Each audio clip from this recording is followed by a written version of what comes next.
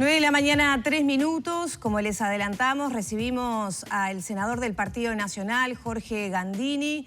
Dialogaremos, por supuesto, de la campaña rumbo al referéndum por la derogación de 135 artículos de la Ley de Urgente Consideración, pero también de otros temas emergentes, ¿no? Como la discusión de la ley forestal y, bueno, y cómo llega también el Parlamento a fin de año con algunas tensiones políticas dentro y fuera de la coalición. Bienvenido, Gandini, ¿cómo anda? Buenos días. Buen día. Muy bien, un gusto estar con ustedes esta mañana. Bueno, un fin de año movidito, ¿no? No, casi todos, ¿eh? Siempre a fin de año se van... Porque se apuran ahí para cerrar apretando algunos las temas. cosas y como hay que resolverlas antes que termine el periodo ordinario y empiece el verano, siempre hay mucha actividad. Concretamente, en cuanto a la ley de forestación, ha sido, digamos, la válvula de escape es la pregunta que le comienzo a formular, algunos conflictos o tensiones, por ejemplo, dentro de la coalición.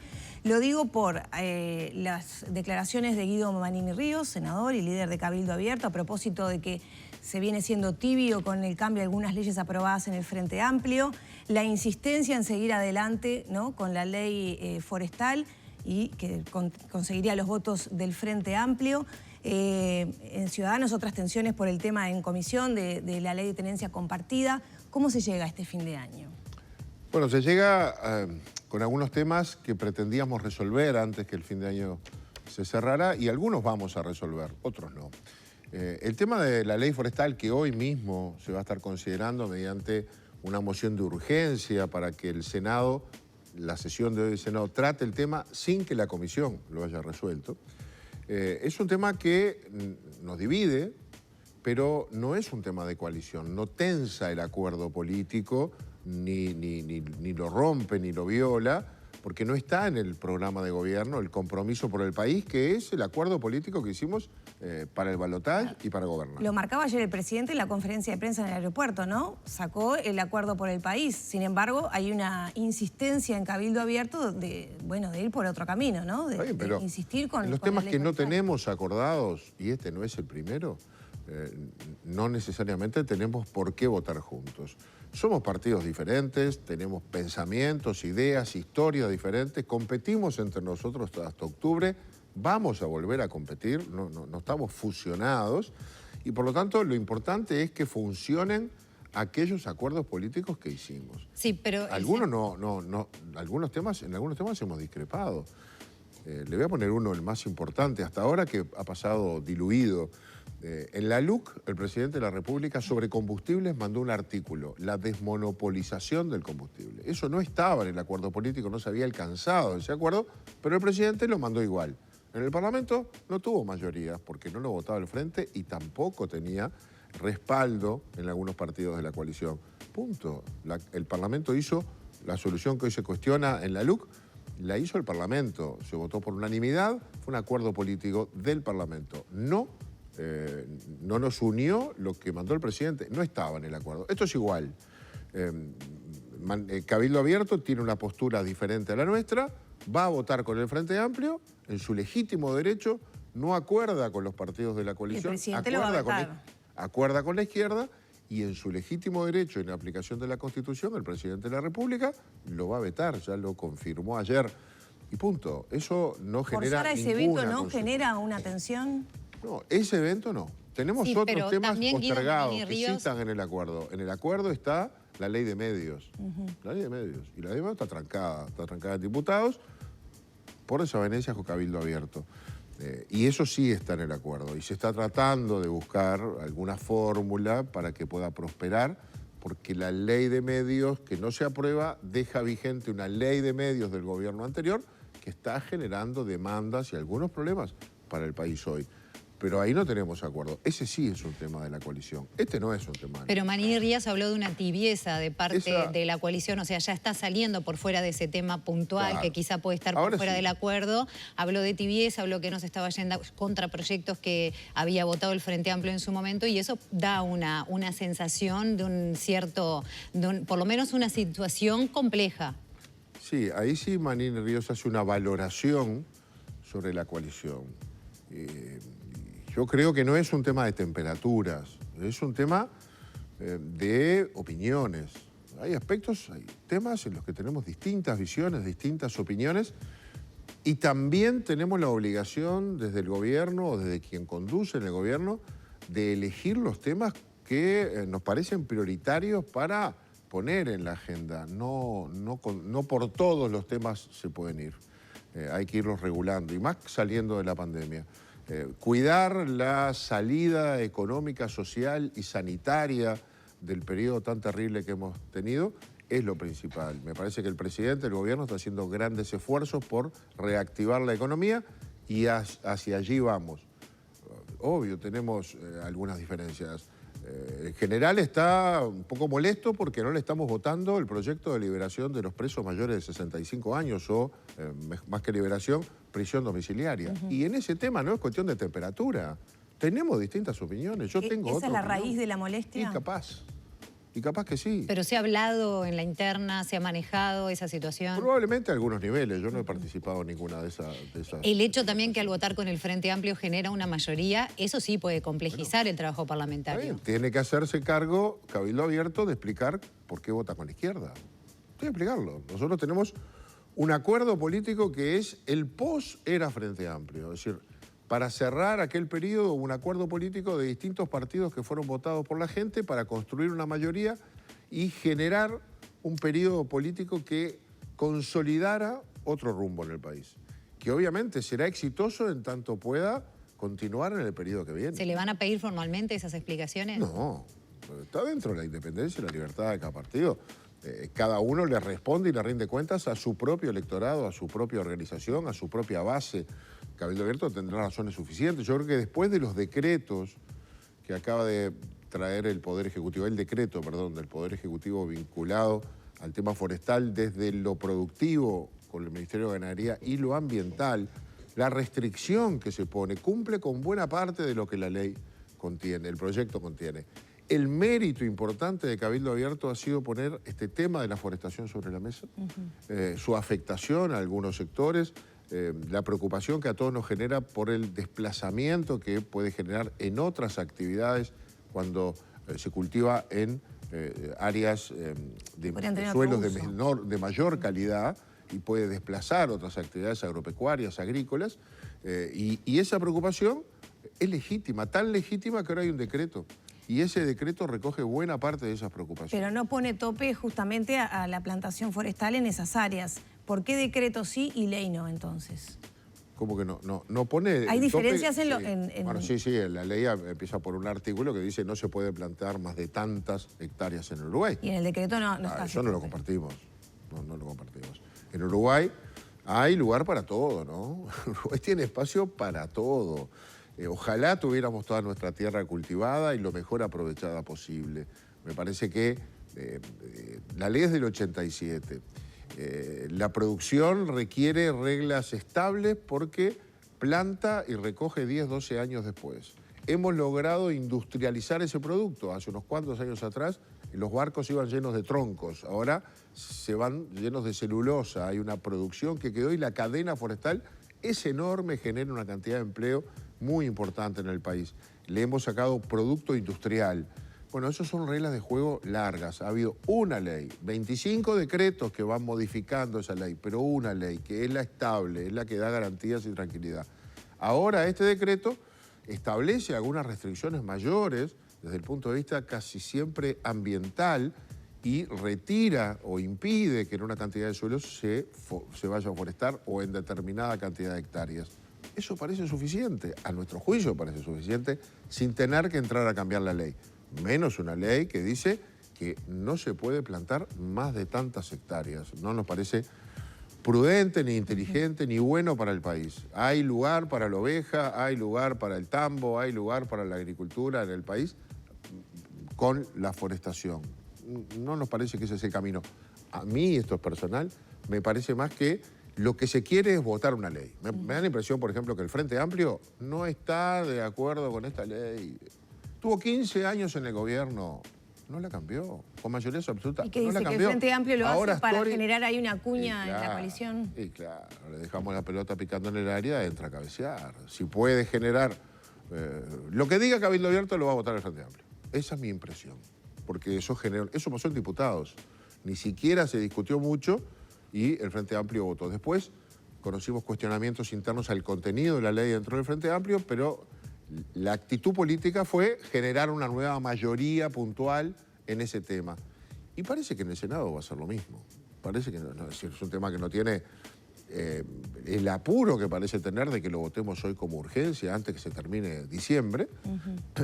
Ni parece haber un acuerdo de fondo. He leído artículos de importantes dirigentes del Frente Amplio. Todo el equipo económico del gobierno anterior está en contra de esta ley, no tenga dudas. Incluso algunos hoy están en el Senado. Vamos a ver cuál es la actitud.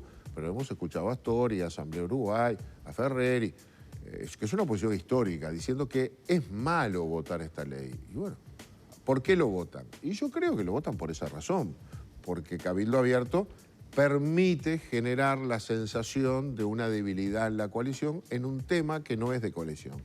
Entonces veremos cómo Cabildo Abierto ejerce su derecho y su libertad, y el presidente de la República también. Y Gandini, ya para cerrar con este tema, la lectura política de esto y de la insistencia de Cabildo Abierto de seguir adelante en esta circunstancia con el análisis que usted hacía, ¿no? De generar una mayoría aparte con el Frente Amplio.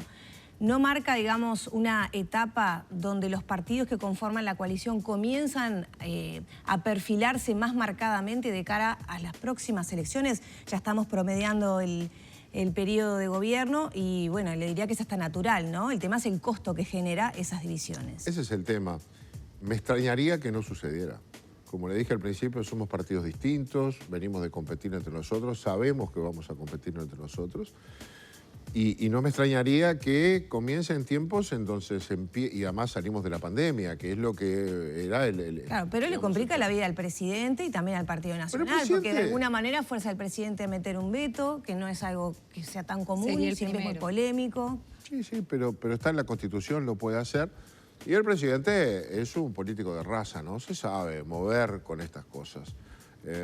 Yo me parece que tenemos que convivir con esta realidad en la que tenemos un acuerdo que tiene que funcionar para que el país camine, pero tenemos que aceptar que dentro de la coalición hay matices y hay necesidad de marcar perfiles, porque no alcanza para un partido político que forma parte de ella con que al gobierno le vaya bien. Le tiene que ir bien además a cada uno de los partidos que lo integra, porque después van a presentar sus candidatos en sus internas, sus candidatos a presidente, sus listas a senadores, sus listas a diputados. Vamos a competir. El asunto es cómo llevar estas cosas, convivir, hacer funcionar el país y dejar la libertad suficiente para que cada partido se sienta cómodo y no absorbido por la mayoría de la coalición, porque también está esa preocupación que yo entiendo, que al final todo no sea capitalizado por el Partido Nacional, que tiene la presidencia, que ganó la vez pasada y que vuelva a ganar a costa del sacrificio o aporte que hacen los demás, si es que de ello no sacan algo. Y eso es la naturaleza de la vida política. La virtud está en saber manejar todas esas cosas, ¿no? Esta situación además los encuentra en un momento en el cual se confirmó que están las firmas para el referéndum contra la LUC, en la cual se está hablando, bueno, de, por supuesto, apretar el acelerador en cuanto a la campaña de cara a marzo del 27. ¿Puede afectar en algún caso? Usted habló mucho de militancia puerta a puerta, pero esta imagen de complicación, ¿puede afectar de repente el trabajo que se está haciendo a favor de la LUC? Yo creo que no. Ahí tenemos, en los temas importantes la coalición funciona bien. Funcionó bien para votar, discutir ampliamente en plena pandemia la LUC, mejorarla. La LUC salió mejor del Parlamento de lo que ingresó y se votó por unanimidad dentro de la coalición y logramos que el Frente Amplio votara más de la mitad de esa LUC. Funcionó en el presupuesto nacional, que es la principal ley de todo gobierno, que contiene una cantidad de temas. Funcionó bien en la rendición de cuentas. Los ministros tienen respaldo parlamentario, no hemos tenido problemas allí y tenemos estas otras cosas en lo lateral. Ahora viene la defensa de la LUC y la defensa de la LUC está funcionando bien. Cada uno con su estilo, con su énfasis, con el estilo de sus liderazgos, pero hay una coordinación adecuada, hay un plan de trabajo político, sabiendo que enero es un mes complicado para hacer campaña, pero se está trabajando para incrementar el mensaje a partir del mes de febrero. Y creo que ahí no tenemos problema. Hay un comando paralelo, hay una coordinación. Yo creo que esto demuestra que la coalición tiene mucha vitalidad. diferencias adentro entre sus partidos tiene, claro. Habida cuenta de las encuestas que marcan, bueno, una inclinación de la población hacia mantener la LUC, pero también una marcada dudas, desinformación, y la gente todavía no está muy segura de qué va a votar. Se va a reforzar la estrategia que usted, por ejemplo, ya adelantó, ¿no? De ir resolviendo y contestando preguntas concretas. Usted adelantó la campaña antes que se supiera la confirmación por parte de la Corte Electoral de que se llevan a las firmas. ¿Se va a profundizar ese trabajo? Sí, yo creo que vamos a estar mucho más en territorio. Va a haber una campaña de difusión e información importante. Es a veces impactante ver cómo hay muchísima gente que todavía no cayó en el tema, no sabe qué es el no o qué es el sí. Una señora me increpaba a mí que yo estaba promoviendo el no. Y me decía, ¿cómo es que usted no está a favor de la LUC y anda con el no? Le decía, no, señora, es que el no a la derogación. Ah, qué susto que me dio. O sea, esa persona que tenía una posición ya tomada sobre la LUC no había entendido que la manera de defenderla era votar no a la derogación. Bueno, eso parece marcar las encuestas, que hay confusión entre el no y el sí, que hay mucha falta de información sobre los contenidos, sobre las consecuencias, que hay mucha gente que no sabe que la LUC ya está aprobada. Hay un porcentaje importante de gente que piensa que el referéndum es para aprobar la LUC y no valora que la LUC tiene 16 meses de vigencia y que por lo tanto hay que mirarla en relación a su vigencia, es decir, a las consecuencias que ya viene generando. Claro, hay que informar mucho. Los que defienden el referéndum dicen que lo que defiende el gobierno y la coalición de que la gente sabía antes de que se votara lo que contenía la LUC se cae justamente con estos relatos, ¿no? De que ahora, cuando estamos hablando de un referéndum, la gente no tiene idea si está vigente, si no, qué contiene. Pero es así, pero si habláramos con la gente hoy, con los periodistas hoy, del contenido de la ley forestal, seguramente no sabrían, y de la ley de presupuesto tampoco. Es una tarea a la que hay que dedicarse mucho y tener una formación para eso. Este régimen que hace que la gente legisle, vote y le dé vigencia o derogue una norma, es muy exigente para la gente. También mucha gente deposita su confianza en la recomendación de aquellos a los que votó, a sus representantes. Todo eso se va a generar. Pero también es verdad que detrás del referéndum parece quererse instalar un plebiscito a favor o en contra del gobierno. Eso lo planteó Mieres y... Por otra parte, está la complicación se habla de la LUC y, bueno, de los 135 artículos como parte de la columna vertebral.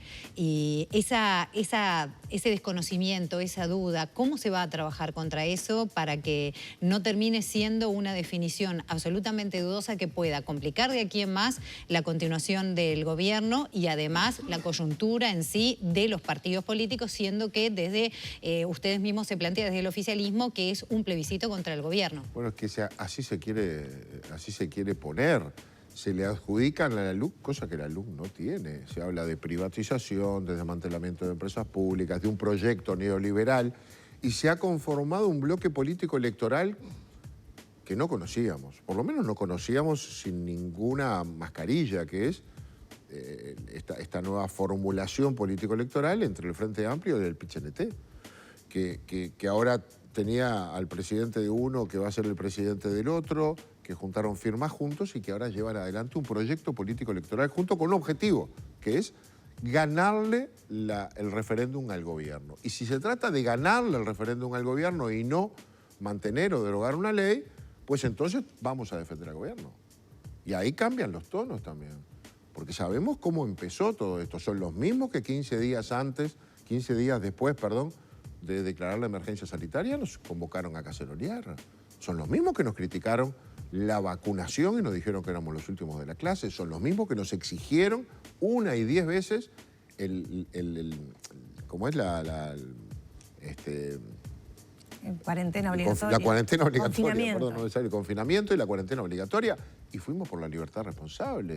Son los mismos sindicatos que dijeron que iba a colapsar el sistema de salud y que no iban a alcanzar las camas de CTI, trataron de instalar una situación política detrás de un momento muy complejo para la vida del país. Bueno, ahora vamos por esto, porque creo que el gobierno está bien valorado, está haciendo las cosas bien, y nosotros vamos a defender al gobierno, que es correcto además, porque la LUC es una de las leyes más importantes del gobierno, recoge parte de los cambios que el gobierno en campaña electoral prometió hacer.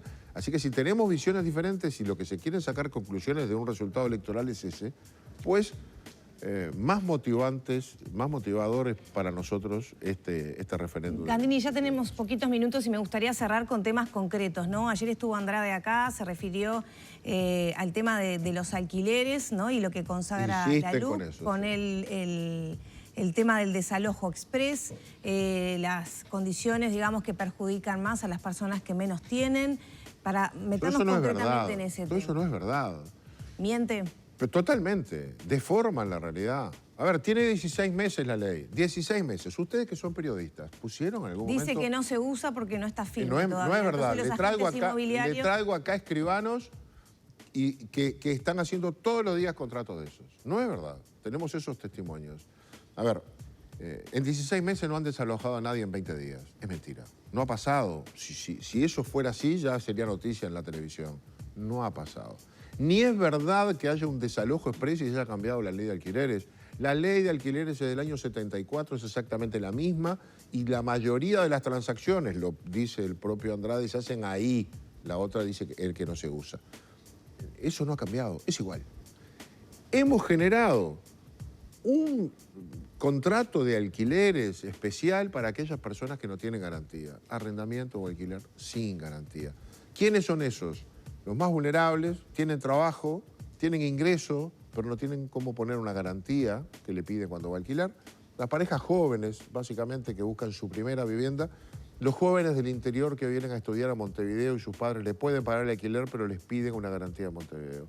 Esos son los que sus alternativas son la pensión, vivir de agregado, ocupante o fracasar. Para eso generamos este sistema. Las partes hacen otro contrato, no tiene nada que ver con aquel. Si quieren ir por aquel, van. Pero ese es con garantía. Ahora tienen otro. El propietario tiene que tener una tranquilidad. Si yo le alquilo a alguien que no tiene garantía, si no me paga, ¿dónde me cobro? En el otro sistema, que es el que sigue vigente, lo va a poder desalojar, va a tener un año de desalojo si es buen pagador y se va a cobrar toda la renta que no le pague en la garantía. Acá no tiene garantía. Entonces, yo alquilo mi vivienda, que generalmente es humilde, a alguien que tiene un ingreso pero no tiene garantía. Si no me paga, ¿qué hago? Ah, bueno, entonces tengo un régimen de desalojo que no es el de un año, es más breve.